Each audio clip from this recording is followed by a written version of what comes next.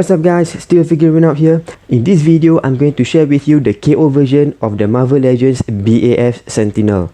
Now the KO Sentinel has been around for a while, but I've only managed to get my hands on it. Shout out to my friend Aslan for lending me his KO BAF that he got.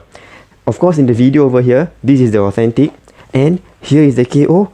It is shipped in the box like this, and it is simply in the styrofoam over here like this. So let's get it out. So here's the authentic BAF Sentinel, and here is the KO BAF Sentinel. Now my friend got it for about £60, which is about 80 USD, off from UK eBay. I think the price is quite steep considering the quality of the KO Sentinel. And as we go along the video, I'm sure you'll feel that way too. So just by looking at it, you can see that the KO is about the same height as the authentic, and the torso, however, is kind of a bit wider than the torso of the authentic. Other than that, the size proportion is about the same. The weight, however, is different. This is the authentic.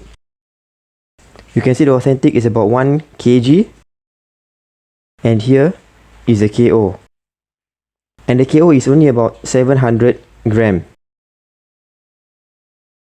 So one thing about the KO is that the plastic is a bit more hollow, it's a bit more cheap, and it's definitely lighter overall. So here's a closer look at both the Sentinels.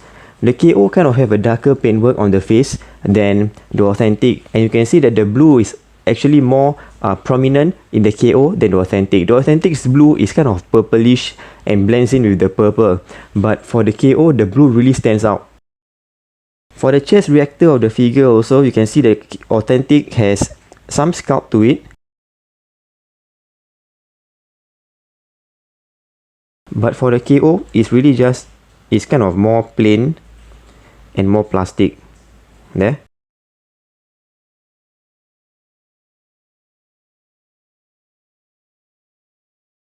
You can also see that the authentic has kind of a rugged look to the face, a bit more black paint wash to make it a bit more weathered, but the KO has a more clean looking face. And the sculpt over here for the authentic is definitely more detailed than the KO.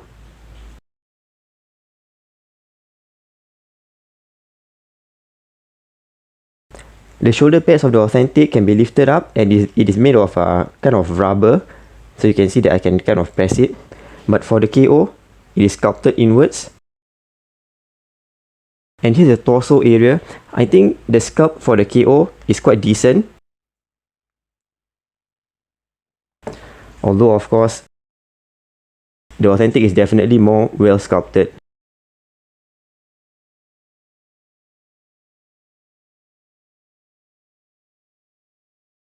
For the hips, the authentic is way more sculpted. So you can see over here on the inner thighs, it's really well sculpted. With, you can see all the wires coming out and the grooves of the wires. But for the KO, less defined. There you can see between these two that the authentic is definitely well sculpted compared to the KO.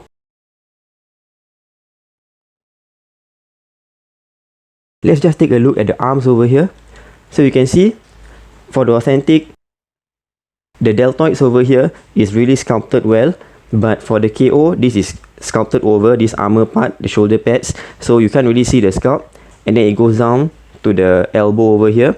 You can see that the authentic really has the metallic look and the metallic feel, but the KO is more plastic. So if you look at the authentic hands,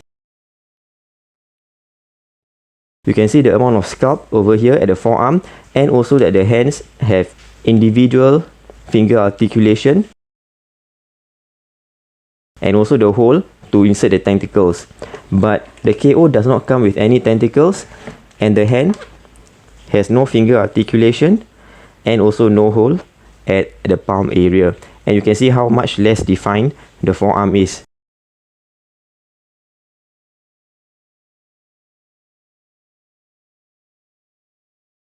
Now all the way down to the feet, I think there's not much difference over here except for the paintwork only.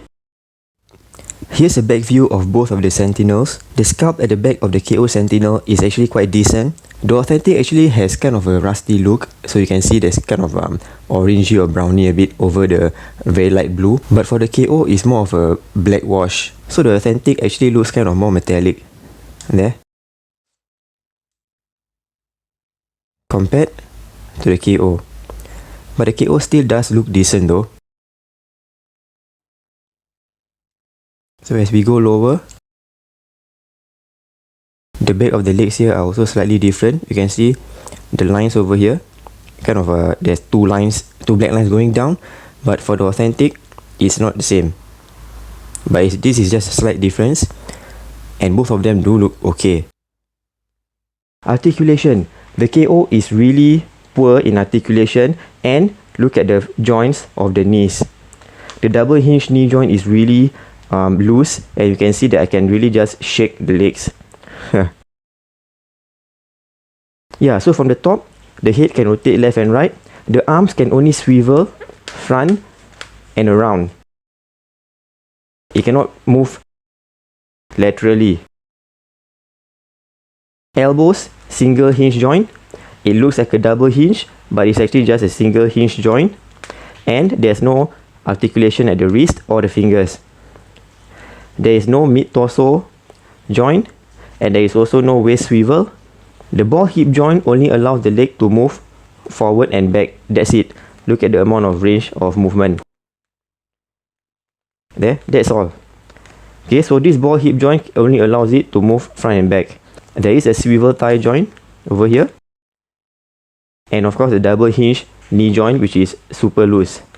There, you can just lift it and drop it. And the legs are sculpted, no movement at all for the feet. There's actually not much movement for the authentic as well, but it is able to move a bit for the feet. But for the KO, it's really just sculpted. So yeah, in terms of articulation, the KO is really almost like a statue. You can't get it into any dynamic pose or anything. So you know, for the authentic, the head can rotate left and right and slightly downwards. There's a mid-torso joint or the diaphragm joint. There's also a waist joint. Arms can go up to the side. Double hinge elbow joint. Wrist joint. Individual finger joint. And also for the thumb. And the ball hip joint, which is able to allow the figure to move the legs sideways and also to the front. And of course, the double hinge knee joint is definitely more secure. You can even hear the click of the joint. And like I mentioned, the feet is able to kind of move a bit, but I think because of the way it is sculpted, yeah, you can't really make it stay in place, but there is a bit of movement. So yeah, for the price of about £60 or around $80 US, I think that the KO is definitely not worth the price. Maybe if it was at half the price, around 40 USD, you can consider getting it to army build and put it in the background. Especially that it has almost no articulation. It is just kind of like a statue and it can only stand. It's available on the UK eBay. I'm not sure where else you can still get it. Although the price states there 75, you can always make an offer and see if you can lower the price. My friend offered it at £60 and he managed to get it. So yeah, £60 before shipping. Do stay tuned for more comparison videos, hit the subscribe button, and I'll see you in the next video.